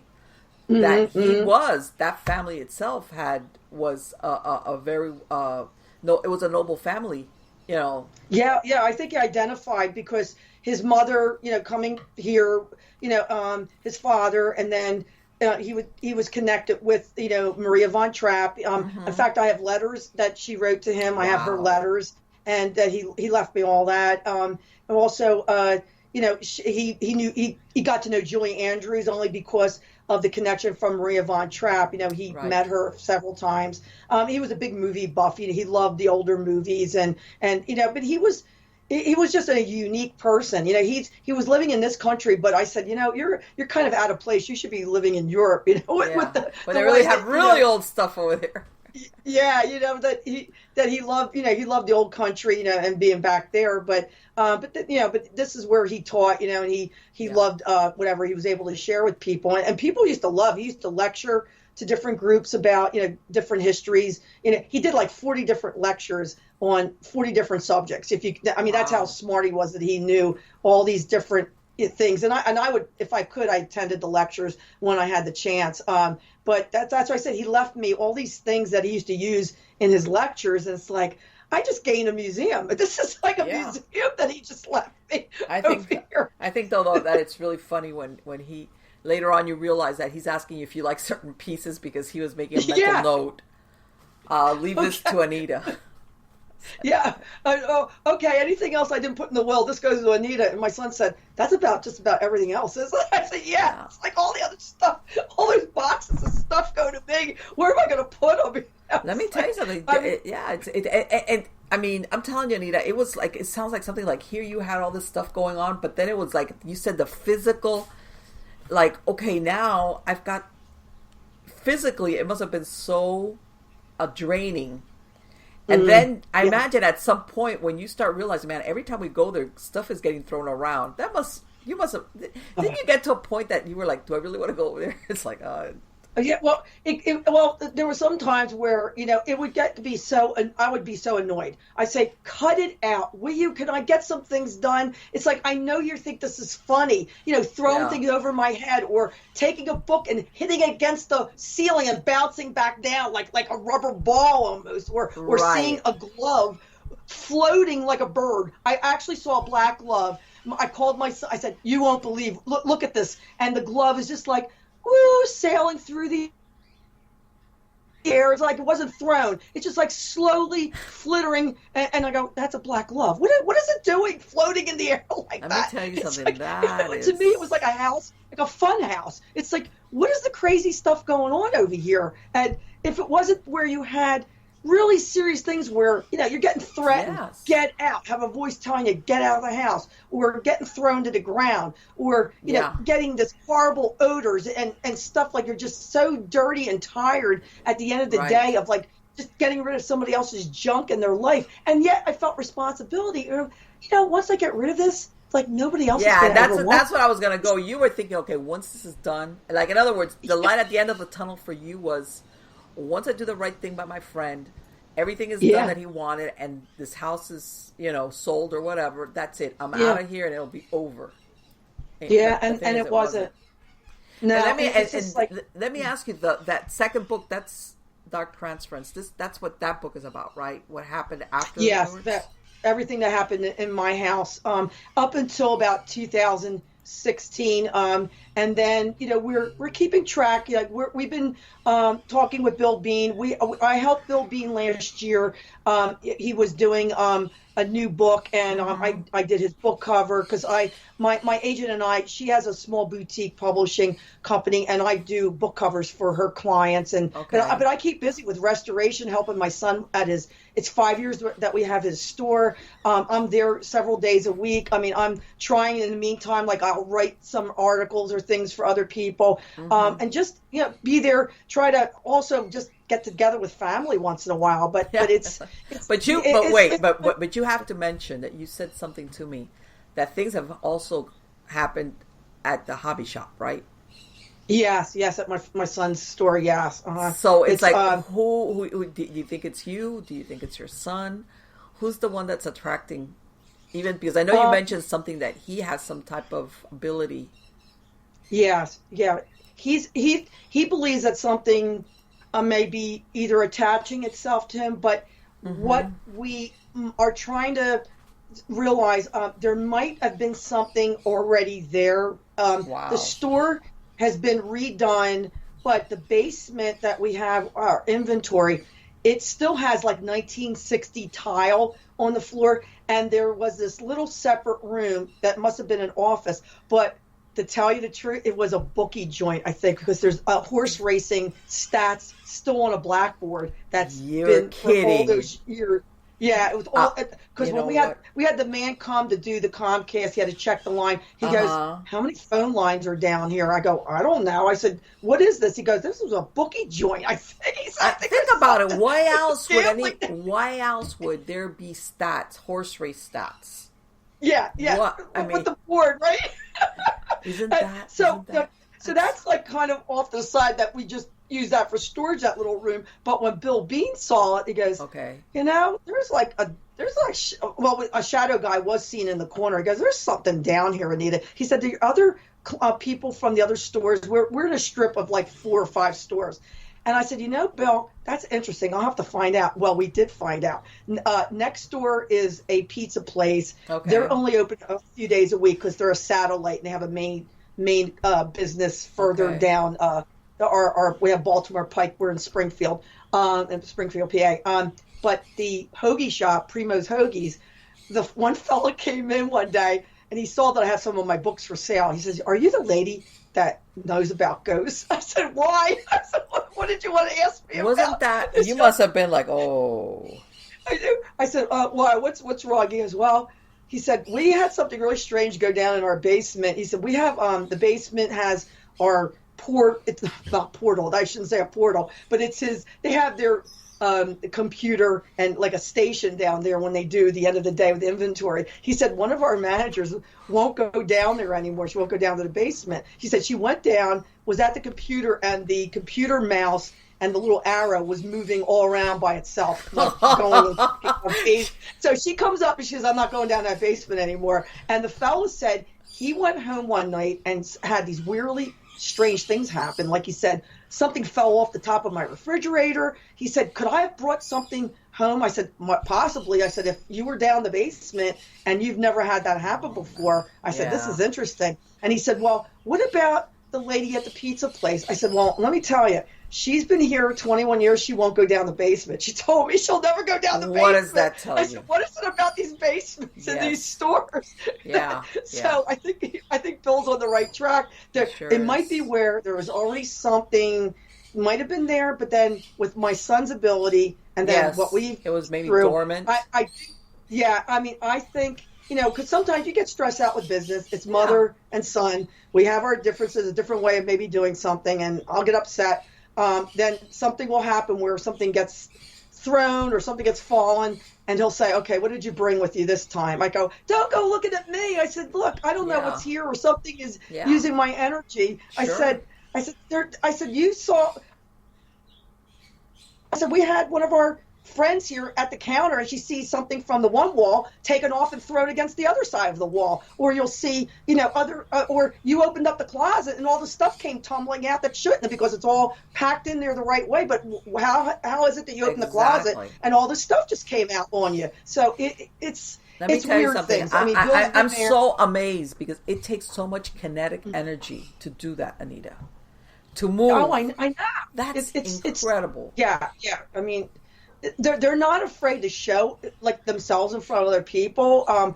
It's it's like almost too much you can remember. I mean, we have things that go up in our attic in our house here. The attic we were painting, and then we were doing the black and white trim, and my son's painting, and he turns around and there's a handprint in paint that was just plastered on the freshly white painted door. And he goes, "All right, who just did that?" I go, "A handprint?" Are you looking at? Yeah, a whole handprint in black paint, because the black and white paint were open. And at first, near the railing, this was in June, because it's in my second book, All What Happened in June 2010. That was a really active month between these deceased people coming to my son, which led us to different ways of investigating. If we didn't have these names, we might not be able to make connections the way we did. But they came to my son. But then we were up in the attic, and I'm painting a railing, and I had one of the stirrer sticks in the paint. And my son said to me, "Boy, Mom, you really got sloppy." I said, "What are you talking about?" I said, "There's the drape over here." "No," he said, "Look at the thing. Did you splatter the paint all over the railing?" I said, "Now, why would I pick up the stirrer stick, which has paint on it, and start slapping it all over and dripping on the railing?" I said, "I didn't do that." And then that's when he turns around and sees someone, they put their hand in the black paint and put it right up against the white. He had just painted the white panel on the garage door. We have an attic that looks like an old barn kind of crisscross door. And then there was writing that, to what we can think, and Bill thought it said L-A-G, Lagos, Lagos. And that means Lord, I think, so we didn't know if somebody was asking for help that had the handprint Lagos on there.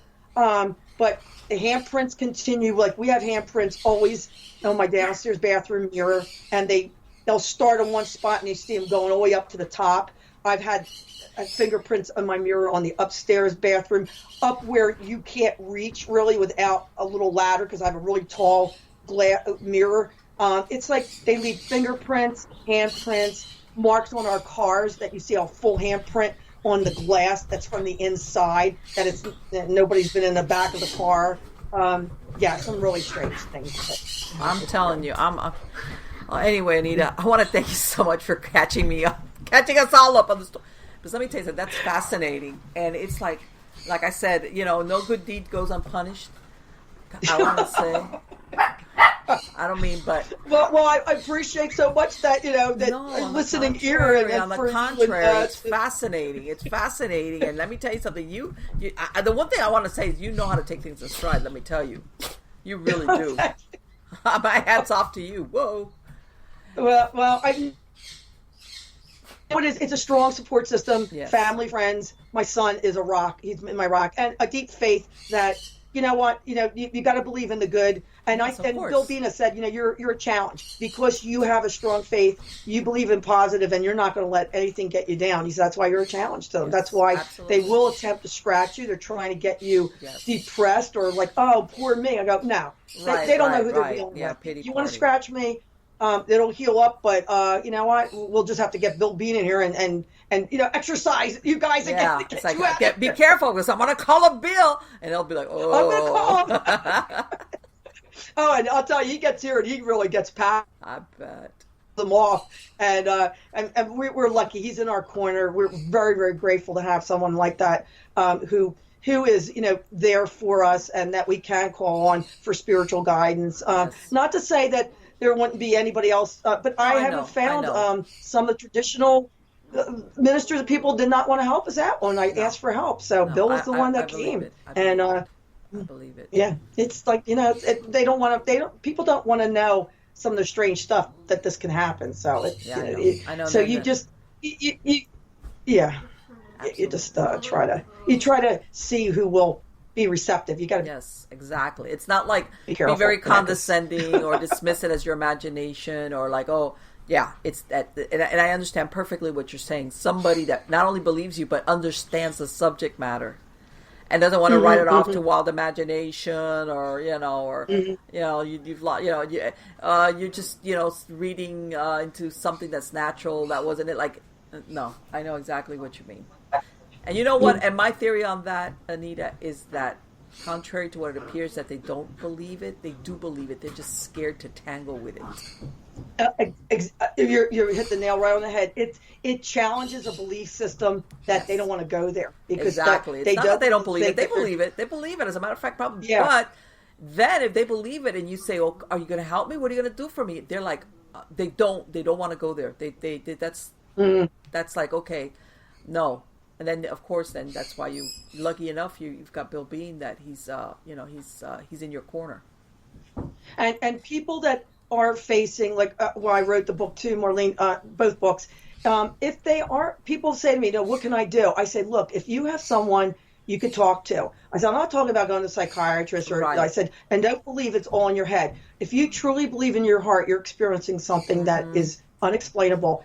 Go to a minister or go to a good friend and see, or go even on Bill Bean's website because he can guide you. There's other maybe people in your area.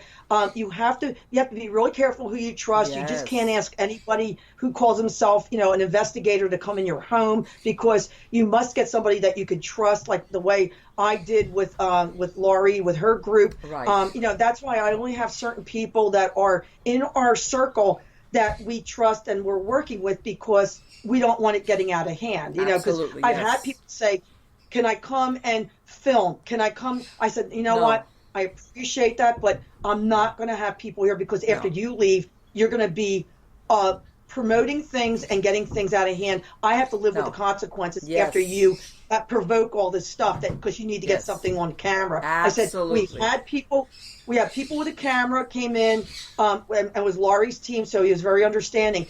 Literally, he was filming going up to our bedroom, the steps go upstairs.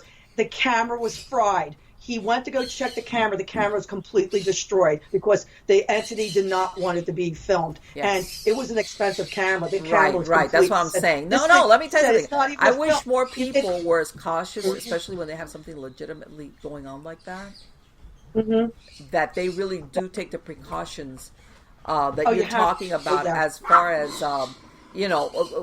because people don't realize, and I've heard of people having groups in, and then instead of making it better, it's so much worse because people intentionally or unintentionally do say things just to maybe get that aha capture on EVP. And then they want to, they pack up their bags and they leave, and you, the homeowner, are like, oh my God. You're suffering the aftermath of all that. And also, people, if they do believe, is something in my head, one thing also that we are in total agreement, like Bill said, that people that go for the alcohol and drugs to kind of dampen maybe the experience or feel like, I can't deal with this. Nobody should be alone if you feel like you're threatened or your family's threatened because there is help out there. Whether you trust the people, but at least you can put it out there, ask for help because there are organizations that are legitimate. They are interested in finding out what is going on because it's interesting to them to see, we didn't know if this area was active, but apparently the history behind it, look, there's something now that these people are contending with, but I do tell people, don't get into the drugs and alcohol effect because all it does, it makes it worse. And that's what the negative entities, when they prey on you and do attack you, and then you feel like, I'm all alone and this is what I need to protect myself. Isolation. Isolation and dividing you from other people. And then by making yourself vulnerable with, other addiction stuff, then you are even going further down the rabbit hole that then you're going to be exactly what they have you right in the palm of their hand the way they want you. And I don't know. I guess it's just within myself. It's like, I guess all these years looking back, I think I always knew I had a gift. I didn't really talk about it. And I know my son does, but it's something that you live with. I'm an artist, so you tend to be sensitive to Sure. things, and things that, intuitively, that I depend on intuition, and it never Yes. really steers And me it's like wrong if I second listen. nature to you as far as Yeah, that second, you don't yeah. do it sometimes Mm, unconsciously. Just like you hmm use your other senses. And I know exactly what you mean about that.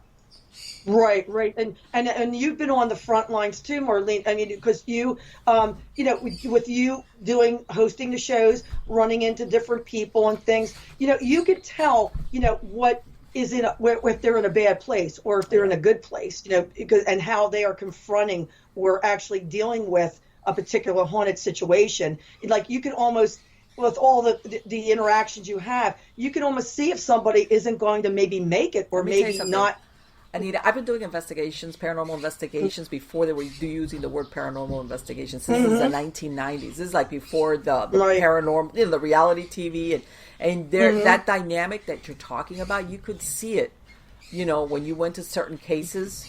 Because back then, just like now, and I said, this is once upon a time when you had to actually pay to develop film. People say, yeah, you what? Yeah, Right. yeah, yeah. There was Yeah. once upon a time where you saw that dynamic, where if there was really a legitimate supernatural agent where there was, and especially if it was, had a dark side to it, you could see Mm, where there was the attempt of isolation, mm, division between the family members, if there was more than one person, the thing of maybe increased alcohol or drug use, depending, even sometimes mm, prescription drugs. It didn't have to be like, mm, you're going to the corner and buying, illegal drugs. Sometimes it was even just overdoing prescription drugs, even mm. back then, Right. because sometimes Right. people were trying to cope with situations.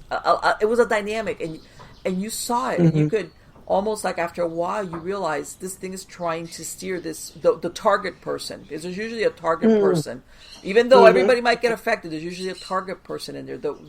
Either they have some type of vulnerability in their psyche, Right. Right. hmm something. And you could tell that and sometimes they take their time about it, by the way. It's not like you see in the movies, hmm like 72 hours later, they kind of want to steer that person into a hopelessness, hmm isolation, feeling hmm that nobody's going to pay attention to them or believe them, even to the point where, one, let's say if it's a marriage or, two adults where they even start suspecting each other, like not understanding about what's hmm going on. Like, in other words, one person gets bombarded with all this phenomena, and then the other person, nothing happens to them. So when the one Yeah. person starts saying, "Oh, this happened and that happened," and did you see? And the other person's like, "What are you talking about?" It's almost like they want to divide and conquer kind of thing, and it's always Right. towards Right. the end being that person being shut out or feeling like they're being shut out, and then Mm, of hmm course everything that comes with it, which is, they stop going out, they distract themselves with substances, they pull away even from their kids if they have children or from other family members. They start anticipating, almost like, for lack of a better word, they almost get a little bit paranoid, like nobody's going to believe me, everybody's against me. Yeah. Yeah. um, Uh-huh. and I mean, but that's like a process. It doesn't happen from one day to the next. It's very subtle, and Yeah. Yes. Yes. it's people That don't is realize how long of exactly. an extended period that can happen across. It's only sometimes when hmm people look back that they'll say, Yes. "What's the Yes. point of origin where this started happening in my life?" And then they'll have, hmm like you said, they move to a certain place. Sometimes it's an. I mean, but or I went to hmm this certain place. You get an attachment. But yeah, people. I mean, and I know that people are used to seeing movies, but they don't realize that what they show in movies is done for dramatic effect. Right. Yes. But Yes. the Yeah. consequences of stuff like this, it's sometimes, and unfortunately, there's people that invite stuff like this. They do stupid stuff. They dabble in stuff they shouldn't, Oh. and Oh. Yeah. then Yeah. The thing is, they kind of forget about it. Like, oh, it was stupid, and and I've had it. And I said, you know what? Sometimes when you put out that invitation, they don't take you up on it right away. Sometimes it might be mm, years later that they take you up on the invite when you dabble into stuff that you shouldn't have. Like, stupid. Let people yes, do that when they're teenagers or just, and they never think you're right. twice about it. But yeah, and I'm They sure make Bill a Bean has a game out million of stuff. stories along those lines. I'm sure that he's come across a lot of cases like that. hmm hmm But yes, People don't realize that that isolation dynamic and helplessness and hopelessness, that's ultimately the aim. If you've got some type of darkness involved in the entities that are swirling around you, what I call spiritual turbulence. In other words, this is not the old owner who maybe doesn't want to leave, or in this case, like, I built this place, it's mine, get out. I'm not talking like I call the regular dead person, or maybe like your friend, or maybe like a grandpa. That's different. Sometimes you get like you want to say like, okay, be on your way, but it's almost like I said, some of the stuff that you describe is kind of benign. Stuff thrown at you, like, all right, okay. You're just trying to get my attention or whatever, but when it becomes darker, that's when you see it, which is you see it going in a direction where it's trying to manipulate that person to hurt a person. Not just scare them, hurt them on a psychic, spiritual, emotional level, and that's, I think, when thankfully, let's say if you wouldn't have had like Bill Bean to come in and basically like push everybody back in their corner, then things could get really ugly. 100%, Marlene, because I've said to Bill, I said I was praying for some type of answer that what do I do here? But luckily, like by coming forward and putting out like these handprints that I did, I put it out on Facebook, and as I said, somebody who knew me saw it, and then she said, have you ever heard of this gentleman, and put me in touch with him. So I said to Bill, it was meant to be, because I didn't want to stay away from it. I wanted to show people what was happening in the house was something brand new, had never seen the fingerprints before, and and I was just basically putting it out there, like, does anyone know what this could be? And then to see that he took the interest and then could pick up all these things when he came to the house. And, then the rest is history. I mean, it's like over 6 years we've known him. And this has been the way that we are able to cope with, we take one day at a time. We try to live our lives, keeping these things on the peripheral. Either sometimes they don't like it, they want attention. But the thing is, we have to live our life. Absolutely. I'm not going around with recording devices. No, and you're very smart not to. You're very smart. I don't want to pick up the EVP. I mean, sometimes you'll hear something audible. Bill was in the basement and we didn't have the recorder on, but my son Chris and I all heard this loud kind of growling moan, almost like an annoying moan coming from the fireplace. And Bill just looked at us and goes, "Did you just hear that?" "Oh yeah, Bill, we heard that." And I said, "We didn't have." He was a bit like, "Man, I hope I'm not the only one that heard that." And he just like was astounded, and he said that to several other people. He said, "You just can't believe, what was coming from there." But he's heard things here. He was at my parents' house. He was able to get that place blessed. But, things he's seen, things that have been connected. And he's told us, he says, "I'm going to be right up front with you. It could be a one and done like I've done with other people." But he said, unfortunately, with you, it's not one and done. It could go on for years, Anita, because he said, I chase them away. They're gone for a while, but then something else comes about. Yes, that's what I was going to say. It's not the same thing. Portals open, and it might be somebody. I mean, it's almost like a train station. Somebody else leaves, and we got other people coming in because he said it's not for that you want it, but you and Chris together with your natural abilities, you're drawing things to you, whether it's good or bad. He said, I'm here to get rid of the baddies, make sure nothing bad happens to you. So, something always comes through. All right, Anita, thank you so much, darling. It has been wonderful to speak to you, and I want to wish you the best of luck on all your projects. Oh, thank you so much, Marlene. We've got right now my agent. We're working on a project, looking for maybe something with a movie project that we're going to have to save. Well, you know what? If you could ask your son if you guys want to come both back on, you think he would be open to that suggestion? I would love to have him on. Oh yeah. He's been on. He has a really unique point of view because of what he deals with at the store, and it would be something different to talk about because he's in a different. He's a younger person, but yet he's experienced a lot of things I have, but he's got his own experiences too. So I'll definitely let him know that, Marlene. Let us know when you want us on your show. Absolutely, I will be in touch with you. Take care, darling. All right, thank you so much, and thank you for having me on your show. You're wonderful. Bye-bye. Bye-bye, hon. Wow. Let me tell you something. That's 10 years, folks. 10 years. And the reason why I say that is that, there's people out there that when they see these shows, they're like, man, that's so neat. Like to have a real haunting, to experience a real haunting. Or if you hear, her stuff like about, stuff floating around the air, stuff being thrown, people that have never had an experience are thinking, man, I wish I could have an experience like that. So that I could be a believer. Like that. Let me tell you something. If you notice something about what Anita was saying was, yeah, of course she went into this. She kind of it kind of fell in her lap.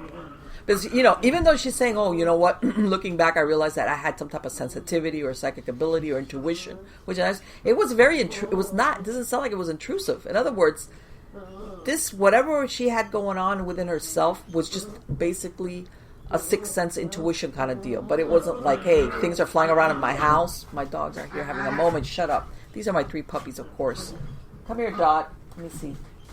Come here. I don't know if the guys if any of you looked at the video, you're able to see her in the background. Let me see if I can pick up one of them. They'll lie under my chair and then they'll be real quiet and then like puppies. Here's one of them for you guys. This right here. This is Onyx. Yeah, you're my girl. Okay, let me put you down. I know you guys on the podcast can't see it, but anyway, in case you hear this weird noise, that's them playing around. But anyway, what I was going to say is, but then once she goes and she does her good deed, that her friend asked her to take care of, everything changed. And my point being that once she thought I'm off the hook, I did everything. I got everything where he wanted to go. The charities, friends, all this thing going on. House is sold. And within 2 months, now she realizes that it's at her house. She starts experiencing things at her house. And here we are 10 years later because this happened. Her friend passed away in 2009. That's when she started with doing, the thing with his estate. 10 years later, she's still experiencing things. And of course, she's lucky that she's got Bill Bean that goes in there. And yes, I absolutely agree that there is a component here that probably her and her son do have psychic abilities or mediumistic abilities where discarnates think that, that they can communicate through them. So in other words, they attract what I call the free floaters, hoping to.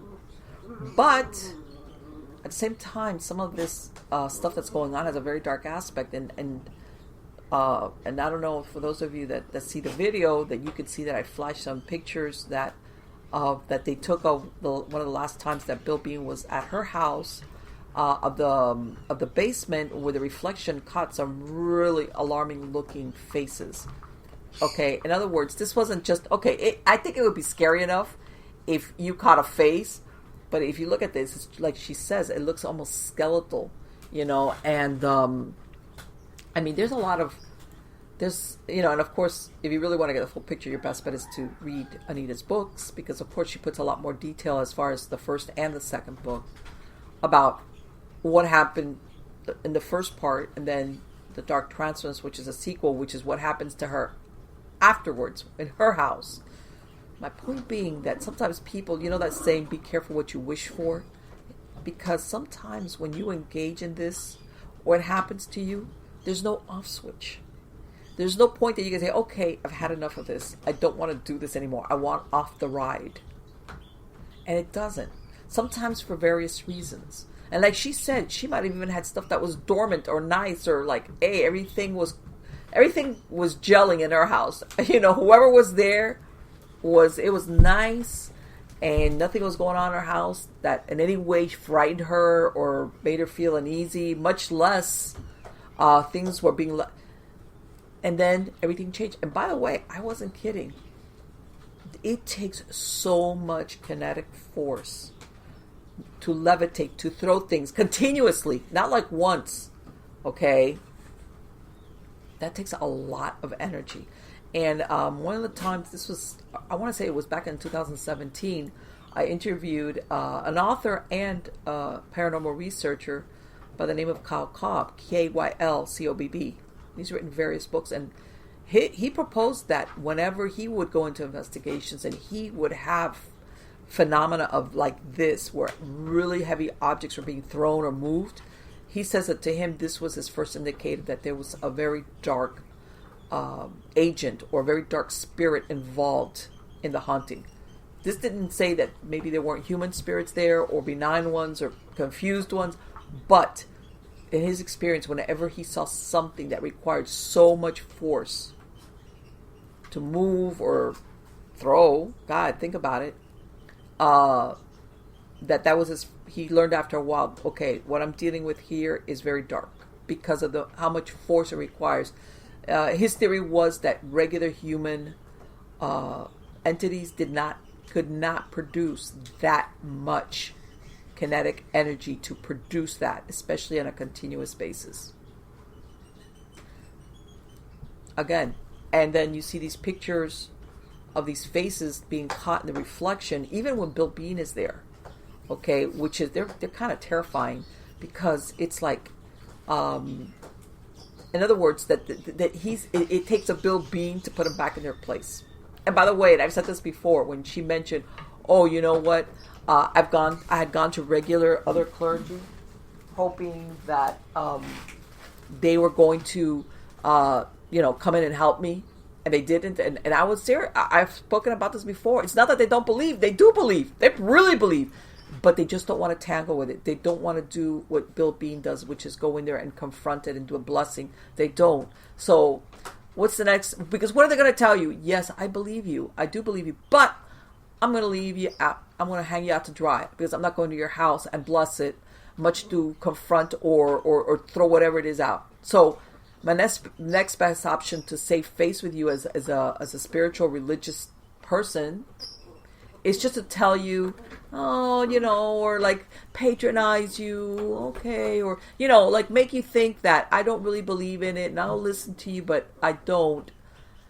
And that would be my way of squeezing out of going in there and confronting whatever it is. They do believe. They really do believe. Contrary to what they may give off as in, disbelief, or you've got an overactive imagination, or, regular stuff. And, it's like, okay, like, in other words, I deal with spiritual, religious, and what you've got going on is an overactive imagination or maybe bad plumbing. Now, they know perfectly well. A lot of times, after a while, when you work with people, you get a feel for what's going on with them. Are they being truthful? Are they not being truthful? Do they have mental illness or something's coming on? Maybe sometimes when people are older, do they have problems with substance? You get a feel for it. You do. Because that's like everything that you do a lot of. After a while, practice makes perfect. So when somebody comes to you and you're talking to them, and you might have even dealt with them before, and they're describing stuff, and you already know this person's telling me the truth. This person's describing something that's for real. And I don't want to tell them, but it's scaring the out of me, because how do I tell them that I'm supposed to be a religious person whose belief in whatever your religion is, whether it's Christianity or Judaism or Buddhist or whatever, I don't care, is that I'm thinking I know how to handle this, and I can't tell them that because I'm thinking that whatever is there scares me because it's more powerful than my own beliefs. Enough so that I don't feel that what I believe in, whatever deity I believe in, whatever, cannot protect me. Do you think they really want to go into that discussion with you? Because what happens to their credibility? You look at them and you go, really? What are you doing pretending to be a leader of, even if it's, let's say, a church or a temple or whatever? Like, I have more faith in you because here I am looking for help. Yeah. I mean, stuff like that. And don't get me wrong. I can see where if you're a minister or, like I said, any religion, any religious, leader, you lead people, they come to, you're a human being. Of course, you're going to have some trepidation like, man, but you would think that you would have enough faith in your belief system to help, number one, somebody that comes to you. Okay, and number two, know that your beliefs will be enough to protect you. That God will protect you. And then it's like, okay, so, I mean, it opens up Pandora's box as far as belief systems and how powerful evil is. And I mean, it's a very deep, dark rabbit hole that goes into. But anyway, guys, I hope you like the show. I know I love speaking with Anita. I'm hoping, of course, to have her come back with her son. I would love to hear his perspective on a lot of this stuff. Because again, here he was just his son helping his mom out, and I'm sure he's seen and witnessed a lot of things. That wow.